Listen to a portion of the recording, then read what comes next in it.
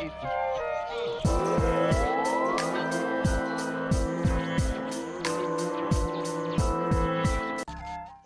right. Welcome, everybody, to another episode of Providence Lucha Talk. This is Luisito. Aguila. And we're here to talk about wrestling. All things that happen for especially NXT and AEW today. Before we begin, how you doing? Everything's good. Everything is great. We want to let our audience know that they could follow the Providence Lucha Talk on YouTube, Facebook, Instagram, as well as the Twitter. Also, you could listen to our audio contents on Apple Podcasts as well as Spotify for those who have Androids. But yeah, I kept my word. Wednesday, I did not watch AEW. I watched it, Thursday morning as I promised, and I'm really impressed with, National Tag Team Day. I think that's what they declare it, and it was not bad of a show. What's your opinion since you watch both NXT and AEW simultaneously? I appreciate it, and I like the concept of the National or basically Tag Team Appreciation Day. I like that they highlight it on certain tag teams of AEW as well as the tag teams of the past. And I like that they kind of interview or ask the current tag teams what were either the inspiration or what were their favorite tag teams growing up in the business and stuff. So I like that you kind of get an insight of how people got their style. Like Private Party, they mentioned that one of their favorite ones was Matt Hardy and Jeff. So you kind of see the resemblance in their style of Private Party and them. And I appreciate that. I think it was FTR. Was it FTR? I think it was FTR. Somebody mentioned about Butch and the Blade. They mentioned about the World Warriors. So they had they have a certain style compared to them. So I like that how everybody in the present are taking cues from people in the past but making it like the present their own. So I like that they kind of highlight on people in the past and kind of the Hall of Famer or the greats of AEW or WWE altogether for tag team. I think it was a good build up for this Tag Team Appreciation Day.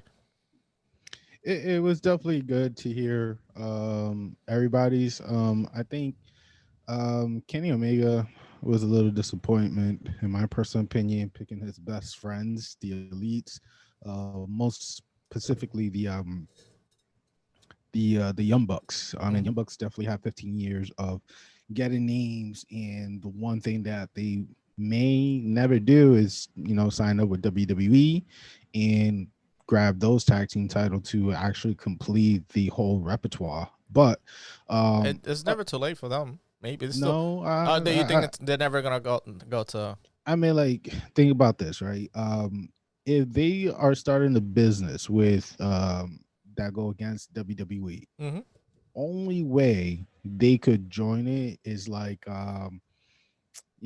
they're probably close to their 40s 50s maybe, and join. That's maybe a possibility that we could see the Young Bucks being part of AEW in a sense. I mean WWE in a sense, just to obtain a tag team title and then have the full gauntlet of tag teams on their hands. But I think they're doing a great job being the competitor. They're a major factor of why people prefer to watch NXT. I mean AEW over NXT. You know what I'm saying? It's just too much for us not to give them props for. So Kenny Omega, again, I felt like he should have said himself, because I don't think there's going to be any time in the near future that he's going to win the tag team titles like this. So he should have tooted his own horn. Yeah, and I think I like that Hickman mentioned, so like, oh, how come you don't mention us like a tag team? And he said I was gonna mention us, and meaning like we're the best. We're the best tag team ever. But Kenny was like, no, our friends. Yeah, our friends. Yeah. Well, technically his best friends are, they're number one. And I'm like, they're great. You know what I'm saying? I'm not taking nothing away. They don't have the title, which I like that type of it was like a recognition, but a little bit like a fun fact to your face, be like, hey, FTR doesn't have the title, but they're a great tag team. Young Bucks are a great tag team title, but they don't got what they call again, rock and rollers. they're old and they don't even have the Yeah, title. because So I was thinking, no, rewind a little bit. I was thinking if they end up getting kind of not the Grand Slam of tag team titles, but the Rock and Roll Express, they've been at almost, for example, they are kind of like the old school Young Bucks, so they've been in every organization, and I think they won almost every tag team at least once. So I feel like if they could do it, it's a possibility that maybe the Young Bucks, maybe it could be. There's a chance. I don't think it's gonna happen, but there's a chance. There's been a precursor for it before. mhm. But I like that this segment of Omega and Hangman kind of like came kind of full circle when FTR basically was FTR, Young Bucks, Arn Anderson, Tully Blanchard, and the Rock and Roll Express were at the ring. They kind of like brought that up, and I like that Tully was like, all right, everybody's kind of tooting their own horn and saying that they're the best tag team ever, but none of you have the title. Omega and None of them Hangman have. do. You know what I'm Yeah, saying? So none I of like them that. have it. And the thing is that it's something that they have to figure out. Like, who is going to be, Hangman Page and Kenny Omega's opponent for All Out. To Mm-hmm. me, my biggest hope is Dark Order. Why Dark Order? Because Dark Order definitely was showing more type of finesse during this match, which again, the yin yang move that they pulled, that was Yeah. well executed, very clean. It was like they show that they have better chemistry. They show why I believe they're the number 2 ranking, and I think they definitely could give more of the traditional heels versus babyface type of match for this pay-per-view. I think, if anybody should do it, I'm putting mine, throwing the hats, Dark Orders, my personal opinion. True. I would think somebody like I especially for All Out that's coming up, I want to see FTR come out of it as champion. I feel like everybody had an opportunity, and FTR, like they've been in the progress, they've been winning and stuff, but they haven't kind of been going against heavy hitters.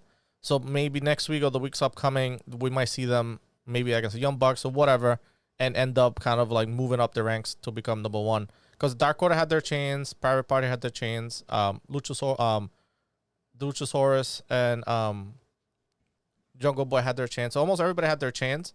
So even the Young Bucks had their chance to go and try to take the titles from them. So I feel the only people left over is FTR. So, but I feel like going on your point of Dark Order, it could be a possibility if Brody Lee wasn't going for that TNT. I feel like that'd be too much overload for me.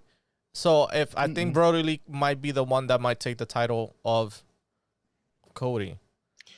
Brody Lee has this I'm gonna say this bad luck. He Mm-hmm. touched a belt early, doesn't seem he's gonna win the championship match. You know what I'm saying? So if he does win the TNT championship, I mean, like, what is a better way to have a full unit in gold than All Out? That's why I'm more for, like, hey, let's give Dark Order another chance, give FTR versus Young Buck a match for All Out, and then the next following up one, you know what I'm saying, later in, I think in October or November, then you could go out, with like FTR going for the championship. You know what I'm saying? That would be my preferable type of match to witness. But if All Out is definitely a great opportunity for everybody to be in gold, whoever is part of Dark Order. I mean, like, you have Anna Jay might win in the death draw. You Mm-hmm. might have Brody Lee winning it. Uno and his homeboy winning tag team. I mean, like, everything except for the AEW would not be touched by Dark Order, which I think is a great opportunity in my personal opinion. That's what I'm really trying to say. Yeah, I was hoping it was gonna be Sean Spears challenging for Cody's thing after the tag team situation, but I guess we have end up Brody. I feel like he's kind of washing and repeating what he did with Moxley with the title and everything, which is fine, but it's just like I've seen that before. And one thing that I don't know if it's like a thing that everybody says in the industry or whatever, but at the end of his promo, if you go back and see it for those who are listening, watching, on the Burley promo, he mentioned something about TikTok. Your time is running out. I feel like that whole TikTok thing, it's been used either overused or used by a lot of people because we've seen that with the Fiend. Karen Cross uses it, so I feel like there's other words or some other. I feel like not use of thesaurus, but it's just like I've seen that. I think that was promos about the same time that the promo of Karen Cross, and it was just like I've seen that in NXT and also AEW. I'm like, use other words or something to kind of put an end to Cody's era, kind of like I don't know. That's the only thing that the only pet peeve I had about his promo. I mean, they don't have restriction. You know what I'm saying? They don't have restriction with the wording. Maybe it's something to, use as a hashtag to get it viewership or Twitter or whatever social media Mm-hmm. to take a look at them. Over Cranium Cross who decide to do a fireball attack on Keith Yeah, Lee, a Dukin. uh, and leaving him nearly Mm-hmm. blind on the hospital. Takeover is like how many weeks away? Like two? Takeover is in the 22nd, so in 10 days. Wow. In 10 days, we're going to see a miraculous healed Keith Lee, maybe wearing like a bandage or an eye patch facing a cross for the Mm-hmm. NXT championship. I feel like that's the only way. It kind of sucks for Karen Cross. I wish he could beat him like one on one, like a match straight out and beat him. And okay, cool, you beat him. But I feel Mm-hmm. like it fits this whole fireball thing and everything fits the character and persona of Karen Cross fine. But I feel like this is the only way that you could beat somebody of Keith Lee's caliber, sort of. Because everybody pulled the stunt. Because physically, I feel nobody could match up with Keith Lee. Like, he moves like a cruiserweight and hits like a heavyweight. Like, when, I think it was when he went against Gargano, he trying to injure his eye with a key. So, Mm-hmm. basically, that's his only, like, kind of, like, hair. Like, for example, Samson has his hair. That's his weakness. I feel Keith Lee, his eyes are his weakness. Because nothing Mm-hmm. else I feel like the eyes and also Mia Yim are the weakness, the ways to kind of get to Keith Lee to kind of weaken him a little bit.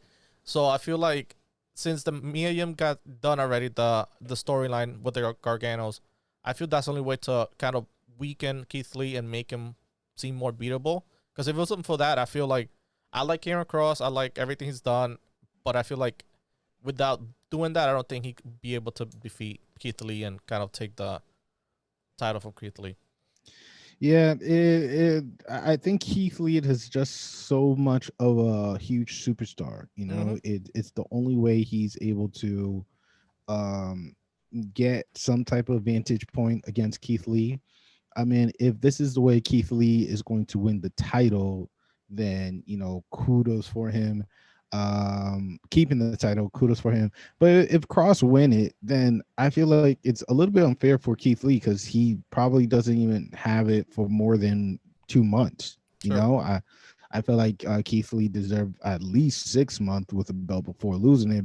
But if the focus is for him to be pushed to SmackDown or Raw, helping out those brands out after being an NXT champion, which is pretty common because if you think about it, Andrade, Drew were not long-term champions with the belt. But it's the same thing. McIntyre wasn't that sort of, but McIntyre wasn't that long.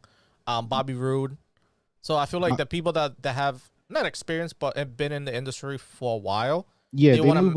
they move to a Yeah. different brand Mm-hmm. quick, and that's something that if that they're trying to pull a Hail Mary with Keith Lee, Adam Cole, maybe Mercedes. You know what I'm saying? Mm-hmm. Other people that's a bit of a veteran and needs to fill in some spot for Raw or SmackDown. I mean, most likely we're going to be seeing it real soon, like later in the fall. I don't know when in the fall, but most likely in the fall we're going to just see them be transferred over and just see how that story develop. But let's go back to AEW. According to my information here, the ratings were the following. It was AEW was 7,992 viewers, and NXT was 6,1900 viewers. Um, It makes these sense. I think the ratings make sense this week. I mean, I still don't know. I mean, I'm not sure because of hockey or basketball that they lost viewership, I think but it was. last week, I think it was because marketing, not because basketball. Basketball, it's happening. You know, it's almost a playoffs, and hockey is almost a playoffs, which I get. That's why AEW unfortunately has to change from Wednesday nights to Saturdays at the moment during hmm playoffs.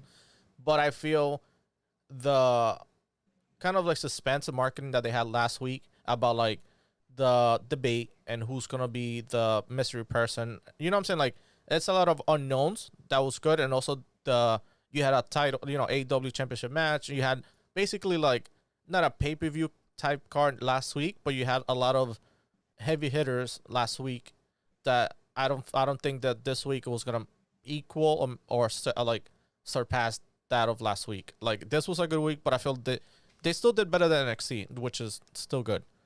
yeah, but the number again last week was close to like It was it was 900, like 900. yeah, nine something, and then for it to lose down 200, I mean, there had to be a certain current event Yeah. that our the viewership just dropped. You know what I'm saying? I'm Mm-hmm. not sure, is it our fans or people who are big into the political viewership or the sports. Again, I know that hockey is going through their playoff right now.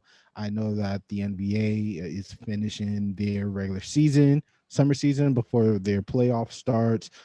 Baseball is also back. So now that people have different option to view their shows, you know what I'm saying, or view different shows, it just like, what are they going to go with? You know what I'm saying? So that's really what I'm really trying to point out. Now I want to say one of my favorite matches from last night have to again Evil Uno, Stu Grayson versus the Young Bucks. Mm-hmm. Definitely like top three in my book. That match really set the pace. It had a lot of potential, a lot of build up. I feel like I wish there were more. Um, I wish they used the whole 20 minute instead of 15. Okay. That's how much I really enjoyed that match. To you, what was one of your favorite matches from last night, either NXT or from AEW? I would say just looking at kind of the card here, I would say the North American qualifying match between Kushida, Cameron Grimes, and the mystery person, which was Velveteen Dream.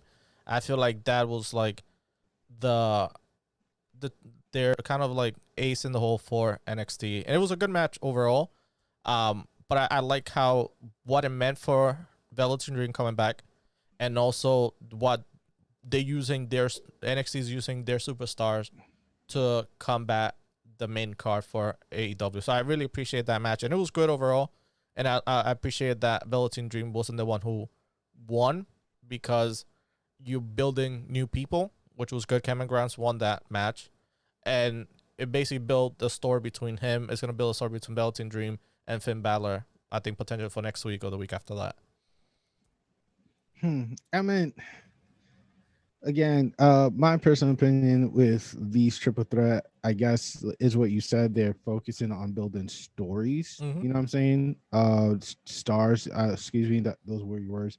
They're building up stars, and to put it for the AEW championship belt, it's just like, dude, you need at least one veteran. You know what I'm saying? Mm-hmm. In it to, and I'm not talking about Priest. I'm talking about like someone who was a previous champion to give it more type of like an eye candy, Yeah, for lack of I think it words. might happen because there's two spots. So basically, this it's a 5 man ladder match for the North American. So we have Bronson Reed, and we have Cayman Grimes, and we have Damian Priest. So we got three. So the other two that are qualifying are the people that didn't get pinned for the matches.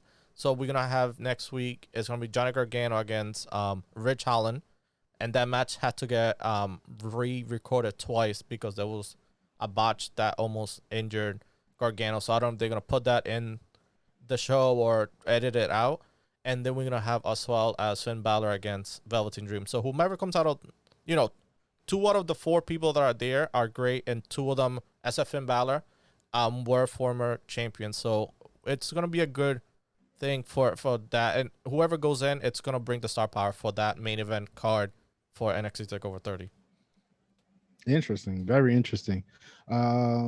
Again, it's just not my eye candy. You know what I'm saying? Seeing like not one big name in there. I do know that with Velveteen Dream, Finn Balor is going to be challenging him too for a takeover match. Mm-hmm. I think that's a well card for entertainment purposes, because you know there are 2 big names. Maybe out of the 2, they could be contendership for the AEW NXT Championship belt.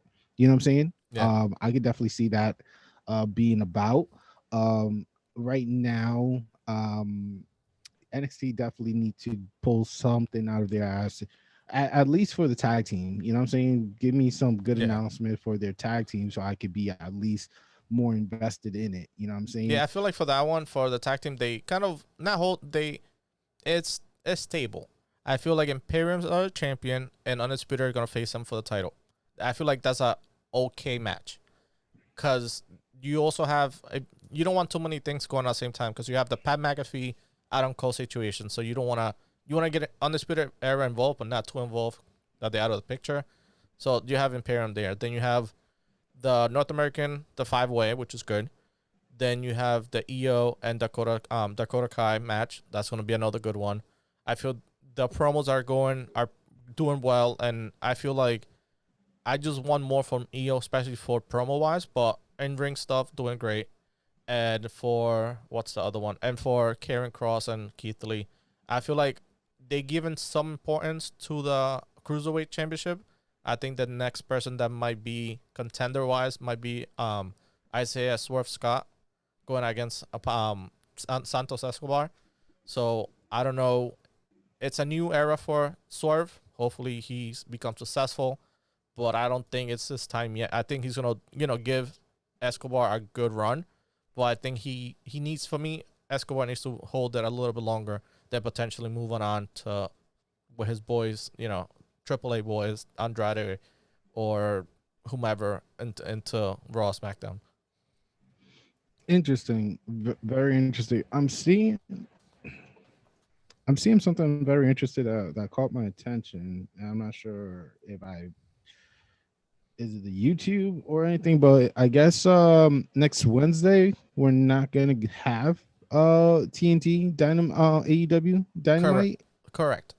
So Mm, AEW is gonna be showing All Out from last year on YouTube at between 8 to 10. So I feel that's not a good strategy, but it's a way to take eyes off TV from USA for NXT, and it's gonna be on Saturday instead because of the playoffs. So I feel like they are doing the smart thing. I feel like they're building enough archives, video archives, like WWE is doing. I think last week they show SummerSlam. I think it was Tuesday or Wednesday or something for FS1. Tuesdays. So at least AEW is building enough archives to buy time or kind of like put something on TV so they stay relevant. So I feel that's a good way to combat. So basically, if you think about it, Monday before Raw, they have the tournament, the Deadly Draw. On Tuesday, basically AEW Dark literally is better than main event show. Okay. So you have that, and you kind of have Impact, but that's an alternative. But basically, you have Impact, but Dark is good.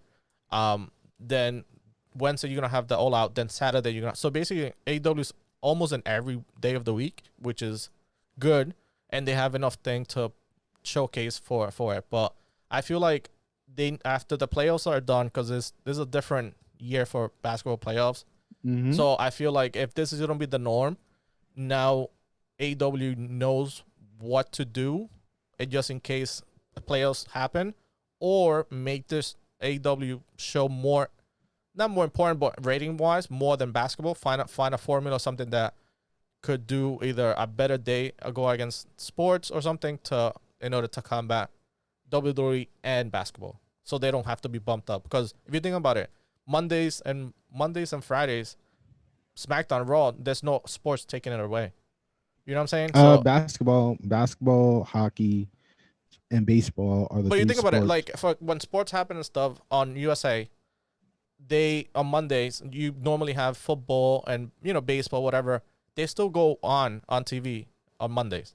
So AW needs to do something, find a formula or some type of ratings for certain days, or like calendar wise, to elevate the ratings to either be better negotiating or find something to, if you're gonna do, for example, when basketball season starts, if it continues like this, take over Saturdays and do AW those Saturdays for like a month or so. You know what I'm saying? So find a formula that fits good for them. But Saturday is not really much of a great date for them. And the True. reason why, because the weekends, everybody's just using to, do the errands, do traveling, do whatever their personal need, and they're away from the TV. So Saturdays is not really an ideal date for them. Now, if they try to go for Friday, that's a whole different story, because then more people would prefer to watch AEW over SmackDown. Personally, that's what I hope for.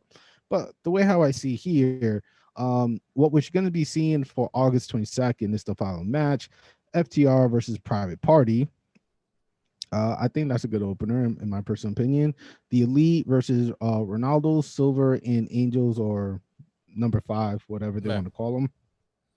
We're going to have the Deadly Draw finals as well on this Saturday, which is really good. Lucha's Brothers versus Butcher and the Blade versus Jurassic Express, and the Natural Nightmares of Cody.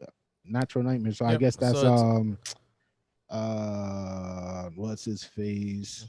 I know his Dustin WWE, Rhodes and Dustin Rhodes, Christian Marshall. Damn, they really butchering that match, because like I could definitely see like Lucha Bros and Butcher and the Blade, man. That's like an easy W right there. Yeah, but the Natural Nightmares, they've been doing well in AW Dark, so they building some momentum and kind of remember when QT Marshall went away for a little bit to train again with DDP. So now he's still working on his Diamond Cutter, and also I think the match that they had on Tuesday, they won it. And it was good. It was a good match overall. So I feel like it's gonna be. I feel they're trying to not buy time, but more people in the ring, less injuries, and you get to showcase everybody. So at least everybody has enough TV time in the roster, And then lastly, we have Cody and Brody Lee for the TNT title. That's gonna be happening on the 22nd. Okay, so if this is happening on the 22nd, that means that Brody Lee will not be his opponent for All Out, which means that Brody Lee could be the champion by All Out. By All Out, you never know. Okay, so my second favorite match, I have to give it in funny that sits in order. It's definitely the Cody Rose versus Scorpio Sky. Well pasted. I feel like everything was going pretty equal, since these guys are a little bit much older, have some similarity style. I wish the result was different, but at the end, Cody Rose came out with the W. Not too fond of it, because one, Scorpio Sky was my guy. The announcement team were also rooting for Scorpio Sky, because he would be the first African American to be not only the first person to win the tag team championship, but the first champion of they have in their company, wouldn't it? Yeah.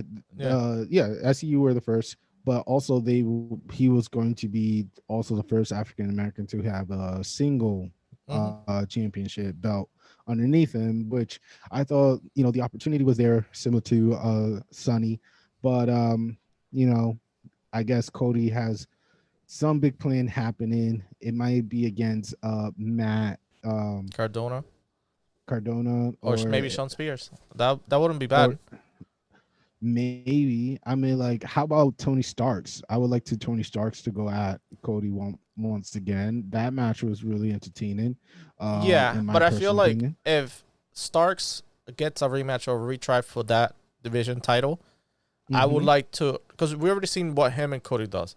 Great promo, good everything. But I feel like either rotate somebody out, like kind of like change hands in the title. So let's say Mark Cardona against Starks will be good, or even Sean Spears against Matt Cardona will be good. You know what I'm saying? So like have other stories rather than Cody, but I know commentary was pushing um Cody in this match because he's the prince of wrestling. I'm like, he's not the prince of wrestling. And his Who dad is?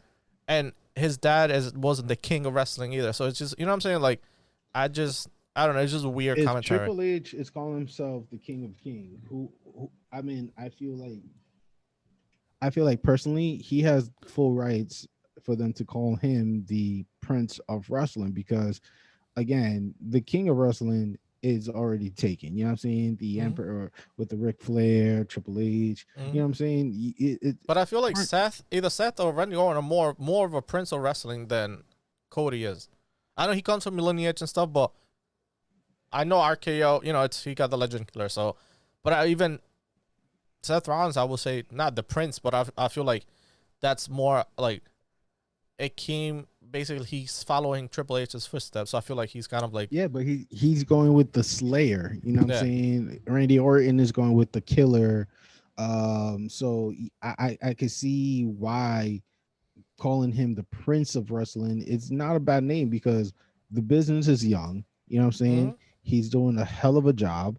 And I think there's not much you could ask for from him than just, be more consistent. You know what I'm saying? True. I think that's what makes him more different than everybody else. Um, Seth Rollins again, he's the Beast Slayer, he's the King Slayer, he's the Messiah Hmm. Slayer, he's all type of Slayer. You know what I'm saying? Roman Reigns, the Big Dog, John Moxley, the lunatic or the Yeah. unhinged, whatever you want to call them. So it's just show you that they have different, type of But kind of like talking about Moxley, do you appreciate Moxley's fake out and kind of like attack on MJF? I he really enjoy. outsmarted him. Yeah, Yeah. I really enjoyed MJF promo. I know Hmm. we talked about on last week about me bringing him not copying people, but he copied whatever. Matter of the fact, whatever. But I appreciate the promo and I like that he's kind of like hitting home on certain things that Moxley does because basically he came over from WWE to AEW. He kind of not given the title, but I'm most likely behind the scenes. It's like one of his things. It's like I want to be potentially a title holder eventually. So they kind of gave him, the red carpet and here you go. But I like that he brought that up and kind of teasing him and stuff. But I like that Moxley came out of nowhere and kind of did paradigm shift on him. And it was good. It was a good showcase and it was quick. And I don't know if MJF might play injured for until All Out because he said I think his shoulder hurt, whatever. But we'll see. I think MJF he could pull it off, and especially doing promos and stuff that to buy time until All Out.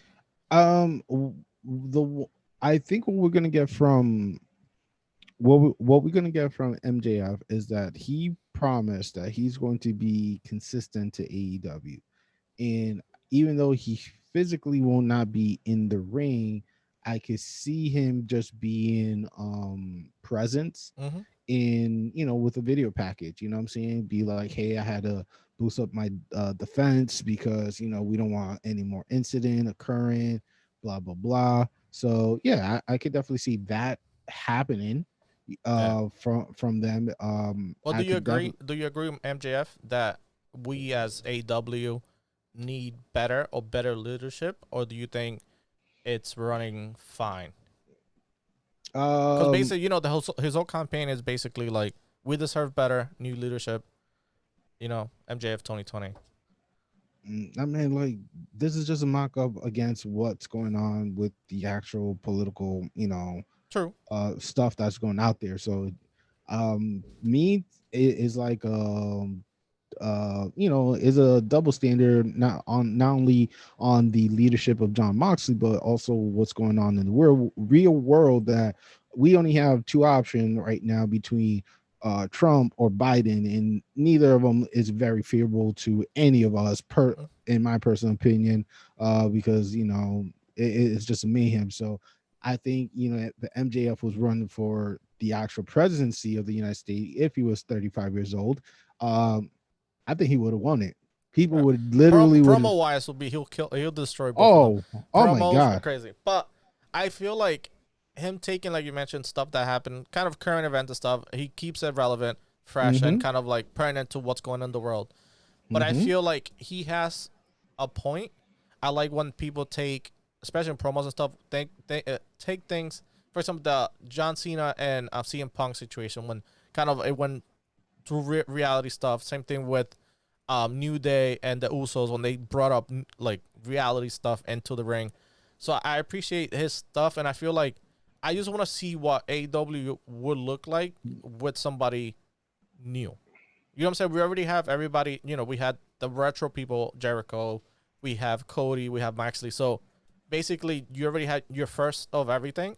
So now let people from within show you what kind of like what NXT's doing. Like they showcasing you and giving you new people and different titles just to see what they could do. Because if not, I feel like it's gonna be very stagnant, very like routinely kind of like what we have in the WWE. I mean, we got I if MJF beat John Moxley, it's not going to be a bad thing Mm-hmm. for the business. John Moxley continuing being champion is also not going to be a bad thing for the business because he's being more. Right now, his record is 16-1. Overall career is 21-2-1.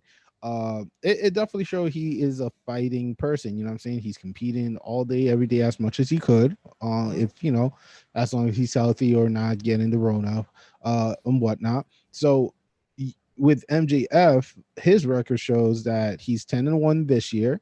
Overall, he's 13-2, and of course, the two he was not pinned or submitted throughout those tag team matches. You know what I'm saying? That True. those were his losses throughout his career were because of tag team. Mm-hmm. So we're definitely getting some top notch competitors for the heavyweight for All Out. I'm really excited for it.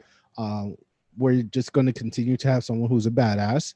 And if John Moxley again versus Scorpio Sky, I would not be mad about that idea.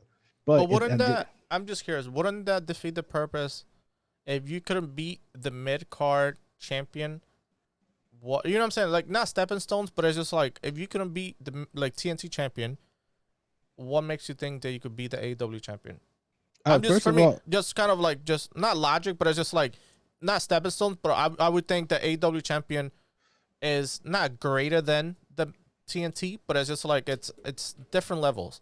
So I feel like it's just different. So I'm like, if he couldn't defeat him, one makes him think that because again, Scorpio Sky is a superstar. You know what I'm okay, saying? And if he was not able to beat the TNT champion for the belt, which I and think might be again, easier than Moxley. I think. okay, that's personal opinion, but because it's a Wednesday night, and Mm-hmm. Cody is going through this streak right now. He's 18-1 because of this win over Scorpio Sky. You know what I'm saying? They're trying to make Cody look as best as possible, and that's marketing. That's obvious that that's what they're aiming for, and I'm not mad about that. However, if John Moxley needs a certain replacement, right? Someone who's decent on the mic, a great wrestler, and has a unit behind him, That's again, MJF. that's MJF or that's Scorpio Sky. Yeah. Either two will be a good runner up for the belt. Now, if you want to throw in Lance Archer for it again, I wouldn't mind that. If you want to see if Warlord want to go against John Moxley for the belt, I wouldn't mind that. Yes, it does sound like I'm rooting more for John Moxley to beat MJF, but until MJF actually pulled this win, that's who I'm gonna still make prediction for as the current AEW champion. You know what I'm saying? For TNT championship is like I will love for Cody just stop this nonsense. Okay, like there's some weeks that he's not even defending the belt. He's doing tag team match or Mm-hmm. he's doing something else that he's not being consistent with his open challenge match. And it's not really much of an open challenge because I mean, it is an open challenge, but it's not like the traditional ones that we're used to where, he will be in the ring Then and anybody then shows up. and then the person will shut up. Mm-hmm. Like they don't. Yep. It's way different now. It's like, yeah, we're doing this match now, and boom, we're really gonna kick your butt and blah blah blah. I'm like, Yeah. Jesus But I Christ! feel like most of the people are calling their shots. So if you look at at the people that he faced, most of them called those shots or even were surprised, which was good. But I feel like the open challenge situation, I don't think it's gonna happen. It might continue, but I don't think we're not gonna see any new surprise entrance to the TNT because like we mentioned last week, NWA is starting over, Ring of Honor is starting over, so a lot of people are going back to the regular jobs. So I don't think people either are free agents or want out of their contracts because they are renegotiating, kind of opening back up. So I feel like the stars that are kind of like free agents or available are slim to none. I think the only one that might be available is I think I have it here. It is just give me 1 second. We have somebody looking for WWE is looking for Jeff Cobb. He was in AW before, then he kind of was a one-time thing. So WWE's kind of offering a contract for him. So we'll see what happens. But I feel like there's nobody else available. So I feel like we might see more people either from Dark moving over or like different people over. But I feel like the title that we haven't seen in a couple of weeks is the FTW. What happened to that and that story overall? You know what I'm saying? Like, there's Brian Cage. Yeah, like what? Like I know he kind of like tapped out whatever, but Yeah. I was expecting that title to be defended or kind of not be like a journey title, but it's just like there's nowhere to be found. I mean, like maybe he's recovering because it was his bicep. You know what I'm saying? Maybe it was a, they just don't want him putting his face out there at this moment. It's a common thing because like if you're gonna bring up the FTW, I'm looking at the roster right now. I want to know what the hell happened to Hybrid 2. Hybrid 2. They were those are the ones that lost against Nightmares on Tuesday.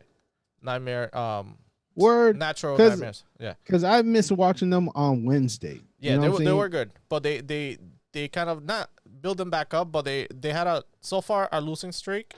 So I feel like people are building their momentums back up in AEW Dark. And another thing too is like Proud and Powerful. Why ain't they, Best friends? That's the story for now. It's just like things like that. I'm just like, yo, I feel like we're really missing some like great opportunity for these like actual tag team, the ones that won belts out of AEW win belts. You know what I'm saying? So SEMA of Strong Hearts. Yeah, I think they. I don't know. I haven't seen them in a while. Oh my god, there's like so many people. I'm looking at this list right now that I'm like, yo, where they're at. Yeah. You know what I'm saying? Either they in Dark or they just putting them on hold, kind of. And I feel like SummerSlam, NXT Takeover, and All Out are kind of like resets, kind of. So after they build the entire, I guess, half year to this, not SummerSlam too much, but basically all those companies get to that point and kind of reset from there on. So I feel like we might see more faces or different stories or trajectory from different people's stories. So I feel like just be patient. I feel the good thing that came out of all this is that AEW finally had a crowd, which was good. I think I feel like it gave a different like cinematic and stuff to see people there, which is they said it's invited guests, so probably family, friends, whatever. But I like that they're doing that, and I like that they have a stadium to, if they end up doing something with the stadium. I think they were doing Davies Place, so it's the smaller section. But if they do something bigger, they have the stadium to either invite friends or family or whatever, and just be cautious. But I like that they finally started bringing people over. So, and I think Raw and SmackDown after this week is gonna start being recorded live. So I don't know how that's gonna start looking. Well, I mean, they're going live or being recorded. They're gonna be live after this. I think this week and basically after SummerSlam, it's gonna start live. I mean, hopefully. I mean, is it gonna help their numbers? Not really, but you know, it's not like they're gonna change my mind. Yeah. The only way they're gonna SmackDown gonna get me is I could see more Big E. You give me more Big E, I'll definitely will make some time for him and him only. After that, there's nothing more, nothing less I would care to witness from that. So let's talk about other events from AEW that occurred, right? So we talked about what's going on next week. Due to the playoff, they're moving it to Saturday, so we Mm, talked about that. The obligation match, Orange Cassidy getting that big win against Chris Jericho. A sloppy win, but win is a win, and I yeah, feel happy for Orange Cassidy. What's your opinion? it was a good match. I was watching side by side with NXT. I feel like the finish was a little sloppy, but it's no. I'm saying it's Orange Cassidy, but I don't expect perfection or style wise. It's just I feel like it fit Orange Cassidy. But I think, do you think it's gonna be Jericho Orange Cassidy Part 3, or you think this is it? Because each of them have one win Um, each. yeah, there's a tiebreaker, man.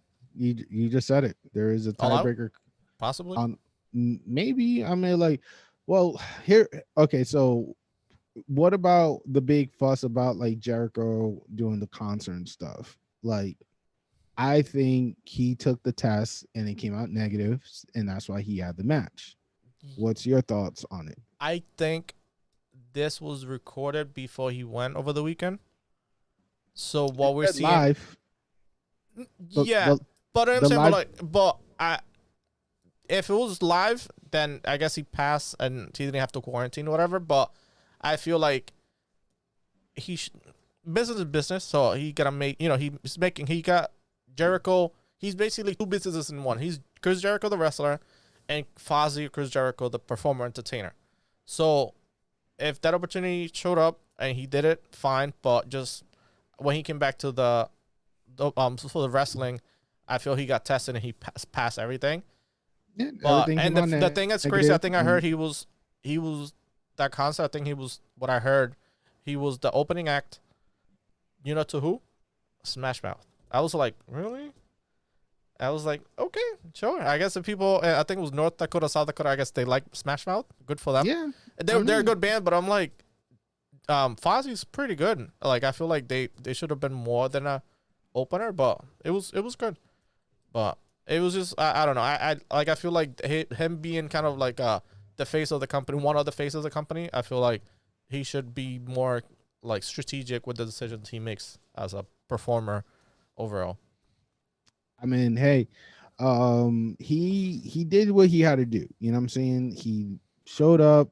I guess he didn't have to pay the $7,000 for a stupid jacket. Um, the match. I'm looking at the play by play because again, because of the YouTube, it was taken off by, I think was like midnight, noontime today. Mm-hmm. So I couldn't really finish watching the whole thing. So I'm just reading play by play right here. Seems like he got the cradle, mousetrap cradle on Jericho. Which Boom is boom. weird. It's very. I'm surprised that either he knew that or it was like, I don't know. That was like a specialized wrestling like pin kind of. You normally see schoolboy roll ups or whatever, not this type of like technical stuff. So I give props to Orange Cassidy and his training. But if it was all him, props. If Jericho was like, oh, finish it this way instead, either way. But it was like weird finish, but it fit Orange Cassidy as like, because he basically was hit with a blow before he got the roll up. So it was a good way for him to like get a quick dirty pin and go. But I feel like watching side by side, I feel like the Velveteen Dream moment, I feel like exceeded this main event and also the Finn Balor at the end. But it was a good main event for all intention purposes. But we might see. I hope they do a part 3, either all out or before. Um, I think All Out would definitely be a great way to give a happy ending for this rivalry. I would like to see more of I want to see, again, more out of, the proud and powerful as well as Sam Gavarna. So I'm predicting Sammy and Matt Hardy definitely gonna have a match Mm-hmm. on All Out. Well, he says in 10 Something. days. Yeah, so I think he might have something not this Saturday, but next Saturday. Because the next two Saturday, they're not. The next two Wednesday, they're not on TV. They're He said the second or something like that. yeah. Oh, So, but I think interesting. we might see a different side of Matt, which is good. And I kind of talking about Sammy. I really appreciate and enjoy the segments that he's doing the cue cards while there's commercials, so they don't waste time. And he's basically cutting a promo without saying words, which is excellent, and it's a great way for him to get on people's like couches or like whoever's watching it, and also get his point across against Matt Hardy. And I think it was great overall. I like he started doing that for the past 2 weeks since he came back, so it's a good way to maximize screen time and between commercials and stuff. So which I really appreciate that. Yeah. Another thing who I really appreciate showing up today is Michael Chioda. 30 years plus in the wrestling business, being referee, and I was really impressed that they were able to have him for the Jericho match, which was really, again, really impressive. I think interviewing him was pretty good. I think him, and I think they also picked up Earl from WWE as well. Okay. In AEW, so it definitely seems like they're doing a good job in educating like new referees and how it's done in the business. Because Aubrey, Matt, and two other guys that they have that are younger, they're doing a good job. But I think they could probably get Rotate people more. out, yeah. And also Yeah, you give everybody a break too, which is pretty good. And yeah, and you could definitely. do people like that, like Chioda and stuff. You could do more of like pay-per-views or something more main stage. I know Aubrey Edwards doing great, and also she's one of the hosts for unrestricted, like their podcast and stuff. So I feel like she's very involved. So, but having other people in the roster is good, so you could rotate out, especially if they're gonna do on Tuesdays like 9 or 10 matches. So you could rotate out referees and stuff, and depending on the level of like veterancy that you need for the matches and stuff, especially for the guys. All right. So again, all out. We're definitely seeing a Sammy versus Matt Hardy. We're probably going to see the tag team championship be defended. Of course, we're probably going to see FTR versus Young Bucks. Cody Rose might have a match for the defending the TNT championship, but in stone we do have John Moxley versus MJF. Now, my question to you is: Sheeta, the women's AEW champion, who you think is going to be her opponent? Because I don't think Britt Baker is going to be it. Who do you think might take that competitor spot for the challenging spot for Sheeta? Ivelisse or somebody of that. You gotta throw some more detail. Like you just I feel like name. Because I feel like she's the only person that hasn't faced Irakushita. We had Diamante, she lost. We had either, I would say, Tay Conti or Ivelisse, because everybody else had at least one chance against the champion. We also have Nyla Rose. I feel like we've seen that already, and it's like I don't want to see that again, especially at a big pay-per-view. I feel like if Ivelisse and Diamante are unsuccessful in the tournament, I feel like you still have at least, because the September 5th is All Out. So at least you have 2 or 3 weeks to build some story. So I feel like she has she's one of the most experienced one in that division. I know she lost against Diamante, but I feel like them working as a team and kind of like her building, kind of like she could do a couple of matches in dark and stuff and build a winning streak into it and kind of like challenge her or do some promo stuff. I feel like she has a skill in promo and also in ring that could match up well. And I feel like that'd be an interesting matchup, because I feel like nobody else in the roster that I could think of off the top of my hand that it's worthy or has, like, I want to see it in All Out. Because the only one I don't want to repeat, Nyla Rose, it could happen, but Ariane, not there yet. And maybe Taya Conti, she could basically go from the tournament into challenge to Irakuchita and All Out. That'll be something different. Or even Anna Jay, one of those three. Okay, fair. Do you have anybody in mind, or just like kind of? Honestly, That division's tough. That's the thing. It's like you just took the word right out of my mouth. I can't Brandy? predict. No, You see, Brandy, Randy Rose. Brandy. Like, Brandy's more about the tag team than yeah, more of the freaking true. single, because she's 0-0 Yeah, for single in general. Like overall this year is yeah. 0-0. So Because we get I in don't think Britt Baker and Big Soap at All Out. So that takes two of them out. So the only person that's available is Donna Rose and whoever loses out of the tag team tournament. So it's just like, unless if Chris return, I don't Chris think for step. an injury like that, I don't think she might do something like that. What Moxley did on the chips and stuff, she might come and like do one of her moves or something against Riho at the after the match, and just kind of like do Sheeta. call her shot then like that. But in ring stuff, no. I think that if anything, that would be good setup. Do a sneak attack after the match, then build the story from then. That is also true. It's so many options, guys, for us to wait and see and what could occur for us in the near future. Um, and that really covered more of the AEW side. Let's just talk about hypothetical or maybe our top five favorite tag team. I know this is something that you didn't prepare for, but I'm always let's go. prepared. Oh, wow. Yeah. Okay, let's see how it goes. So let's my number five. I'm going to go with the Dudley Boys. Okay. Dudley Boys are multiple time champion in different organization. They have been to similar to the Rock and Rollers.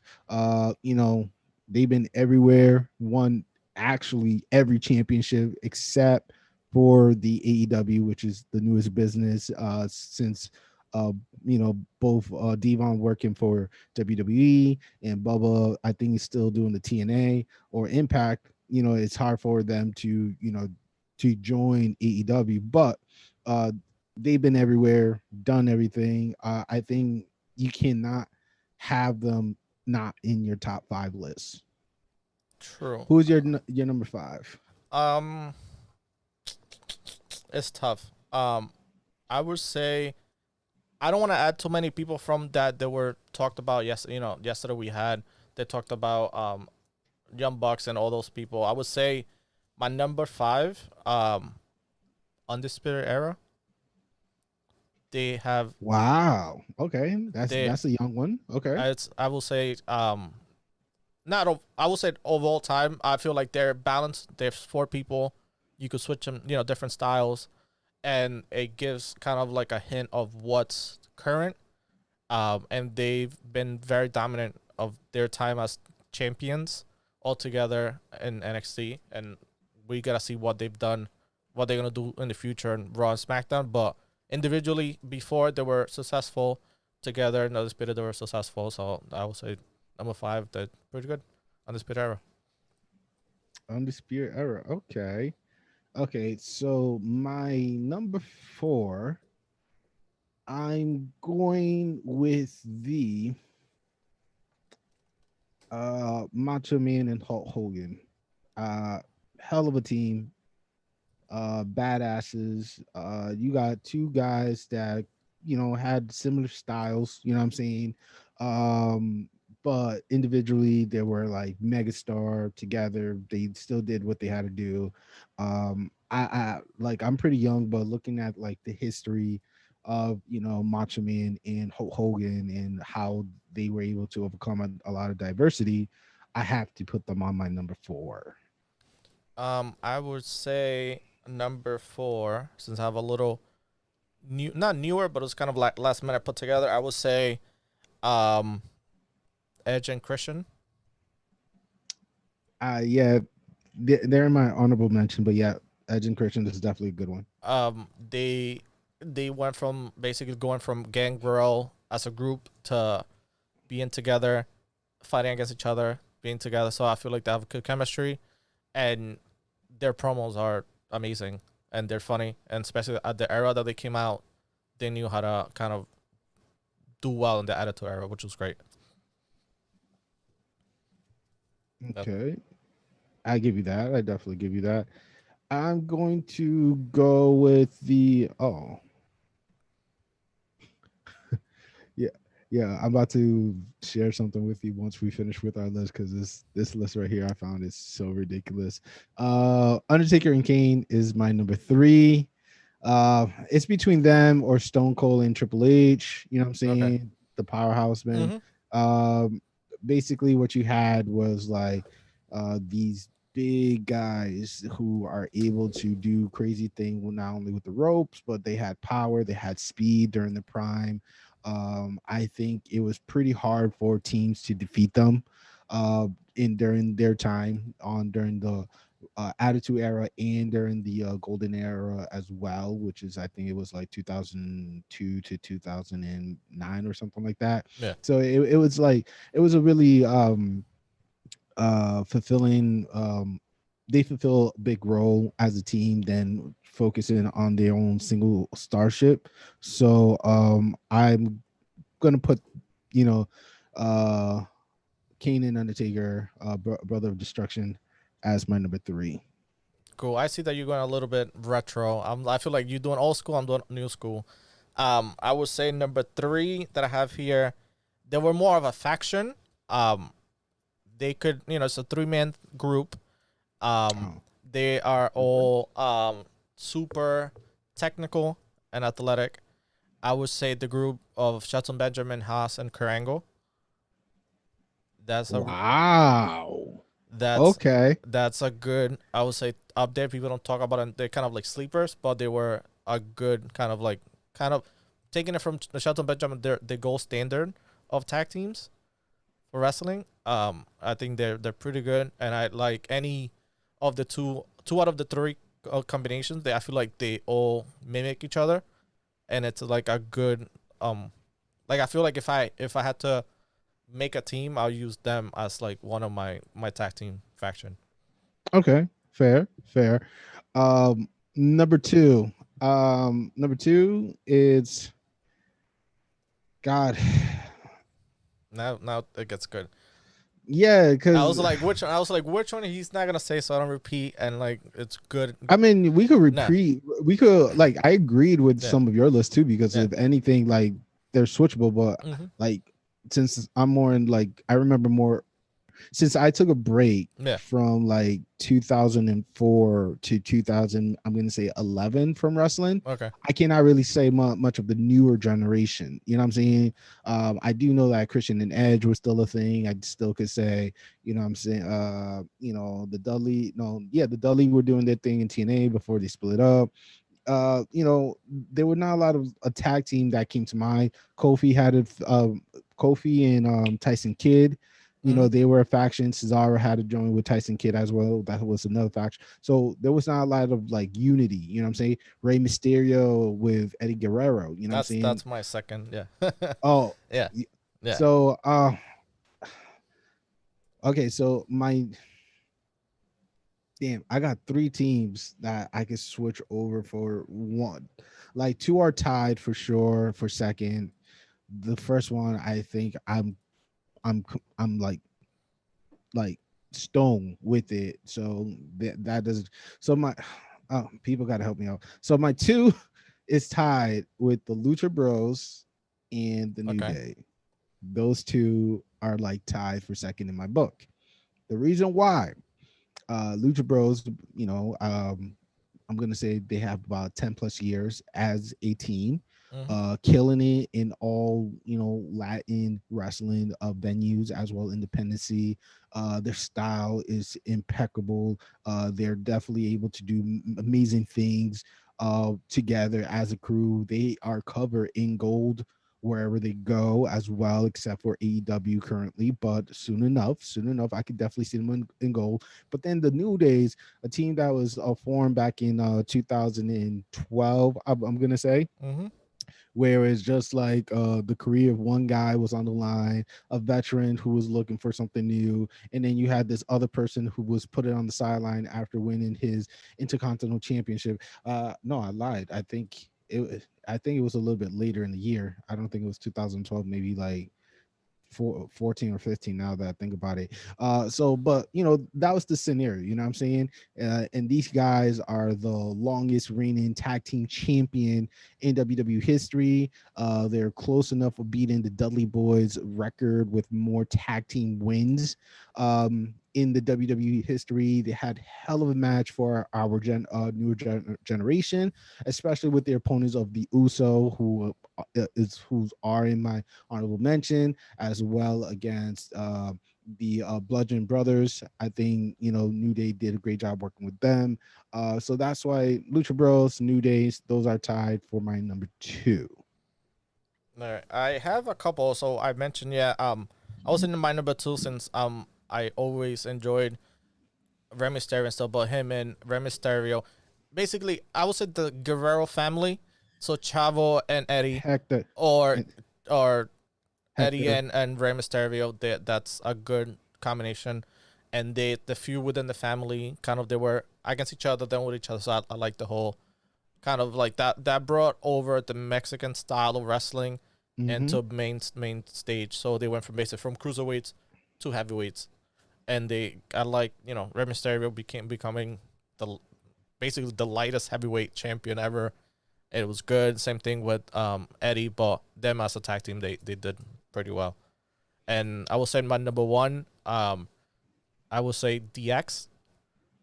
Um, Interesting. Comedy, their individual stuff, great altogether. There's other teams kind of honorable mention that there's kind of like So not you're top just five. talking about just Shawn Michael and Triple H? Yes, I would Okay. not say like New Age Outlaw, nah, not for me. But I prefer DX as like Shawn Michaels and Triple H as a Okay. team. There's Okay. other teams Okay. that that came to mind while we kind of like talking about it, like Beer Money. They're pretty good from Impact. Yeah. We had Motor City Machine Guns are currently the Impact champions. They kind of like won it back in the day, I think 10, 12 years ago, coming back now and winning again. That's another good one.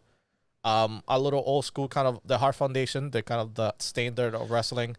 And it's not like I didn't want to put them, Yeah, but again, this is like my list, yeah, and the Heart Foundation. It was a little bit before my generation, because my generation is like Attitude Era. So Undertaker's already have what maybe 5-6 year mm-hmm. in. Triple H already evolved into Triple H.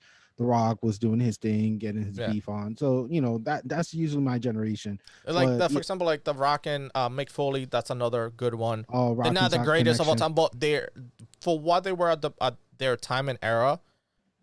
Funny, interesting, good story, good momentum, and kind of to make the best out of everything because their styles, if you think about their style, never blended with each other, but they made it work. So it was good. I also thought about God from New Japan. Hmm. They're really good. They're probably one of the top Japanese. Them and Gallo, Luke, Anderson and Gallows are kind of like one of the top two tag teams that came over from New Japan, and also those you probably have to do some research on these people, but I was brought up like I mentioned way back, watching wrestling in Puerto Rico. There's a tag team that they still, I will say, wow, I've been watching since I moved to the States. It's been almost 20 years, and they're still wrestling. So I'm guessing they're in the late 40s, Damn. 50s, well, probably late 40s. They're called Thunder and Lightning. Kind of Mm. hokey, kind of funny, but they were the big guys tag team, mass wrestlers, but they were big guys in Puerto Rico, and they're still going at it still now to this day. So over 20 years wrestling, and they're kind of one of the top people, one of the top tag teams in Puerto Rico, which is pretty good. There's all the people in Puerto Rico. You have Carlito Colon, the dad, and Invader One. You have Invader One and Bronco. So those are like, if you want to search a little bit into Puerto Rico tag team, those are kind of like old school 80s, 90s All wrestling, right, which is pretty but cool. that's all good and all, but I still gotta mention my number one. What's the number My one? number one, it's the Hardy Boys. Hardy Okay. Boys is what grabbed my attention, and like just stole my childhood, Mm-hmm. because Jeff and Hardy was doing crazy thing. This is not when they were blonde and were making their own outfit, but more before they introduced Lita into the unit.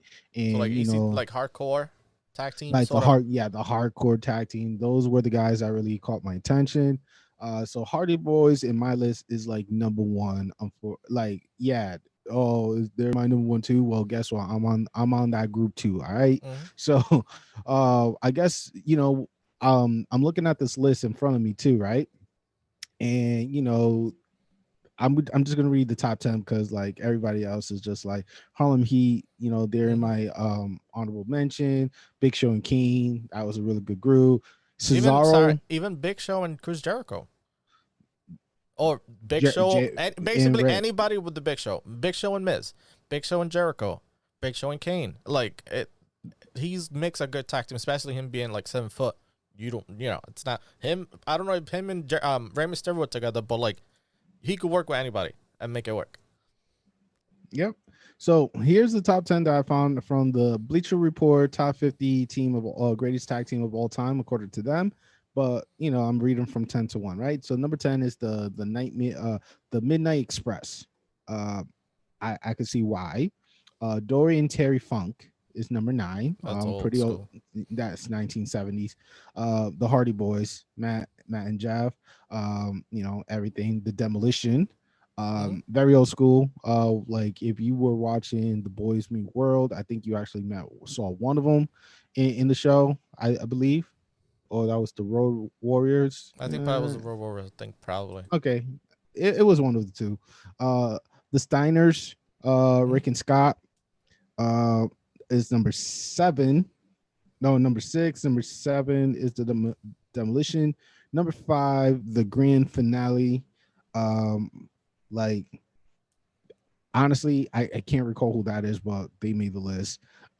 D Generation X, but they have more of the stable with Triple H, Shawn, X Pac, the New Age Outlaw, and China Hmm. as a group. The Dudleys, gotta give it to the Dudleys. My number 5, the Rock and Roll Express, mid '80s. It was all about them, kicking ass. Number 2, Edge and Christian, and I'm like, over Hardy, Well, really? I feel like they Hardy opened the door, and I feel Edge and Christian busted open. Really? I feel like basically at one point it was just Edge, Hardy Boys and Dudley Boys back and forth. Then Edge and Christian came, and it's kind of like from there they propelled and kind of like that's when Matt and Jeff kind of split up. You know what I'm saying? So it's like the era of Matt Hardy and Jeff Hardy kind of like took a backseat for Edge and Christian after they kind of became tag team, and Okay, especially so that spear that Edge did on Jeff Hardy. I think that was either SummerSlam or WrestleMania 17. You know what I'm One of saying? those two. Like it. Like I feel like either way, you can't go wrong with the tag teams. But I feel like Edge and Christians and Matt and Jeff are kind of debatable. All Basically, right. them and the Dolly Boys kind of ran the division back and forth. Now, same thing that we have now with the Usos and Usos and New Day, like back and Mm-hmm. forth. So that's kind of we saw back that and in the 90s. I mean, I hear your argument for it, but I'm still like a Hardy Boys. Like Hardy No. for me is still number 1. Even though it's like your argument is definitely valid. It's like Christian and Edge were more consistent till they ran their own single run. But I'm a Hardy Boys through and through. Number 1, if you don't know them, you are sleeping. Educate yourself in wrestling. It's the Road Warriors. And I And think they have one of the best intros. The music. You put no like then be like whoa, like just that you already know who they are. Like you don't even have to like finish the song and it's just like that's and also they were managed by Paul Ellering, which is crazy. He tried to copy that oh, with he tried to copy that with AOP. It didn't work out as well, but he tried. But he was a good manager for the two. oh yeah, and his daughter did the tag team match on Death Draw too. Fun Mm-hmm. fact. All right, cool. So I'm gonna say this is a problem with Lucha Talk. I mean, we kind of improvised with the top 5 because since AEW was celebrating tag team, tag team day, national tag team day. Why couldn't we do it too? I mean, I think Luisito said it well before the show. It was not the greatest show, but it was a really good show. Mm-hmm. Uh, a lot of things are building up for the near future. Any final words before we do the sign off?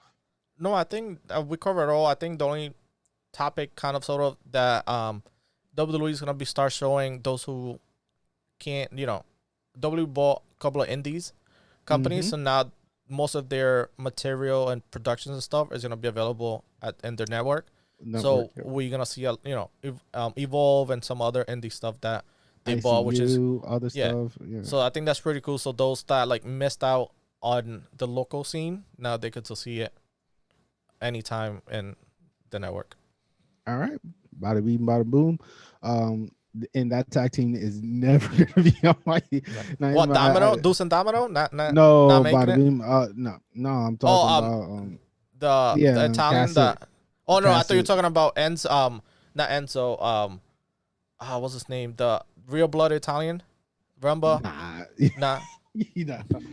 Nah, I was talking about Enzo and Cassidy, but they're pretty good. I feel like they were good for NXT. They worked good for gimmicks. Yeah, they were good for. To me, they were good for gimmicks. Enzo definitely, the mouth. Big Cass definitely had an opportunity to be having a good single run, but a lot of politics and stuff going backstage for him. Potential went down the drain. So this is the Providence Lucha Talk. If you like what we do and you've been supporting us since day one, or you just found us out and you just want to continue supporting us, well, we got two words for y'all. Follow us. You know what I'm saying? You can follow us again on the YouTube, on the Twitter, on the Facebook, on the Instagram, as well as on our audio contents on Apple Podcasts, as well as Spotify. Send us your top 5. We would like to talk about it too with you and agree or disagree and just have a friendly debate, debacle, but no fighting. You know what I'm saying? There's no point. But anyway, my name is Jay Aguila. This is Luisito. And we say good night. See ya. Deuce. Thank you.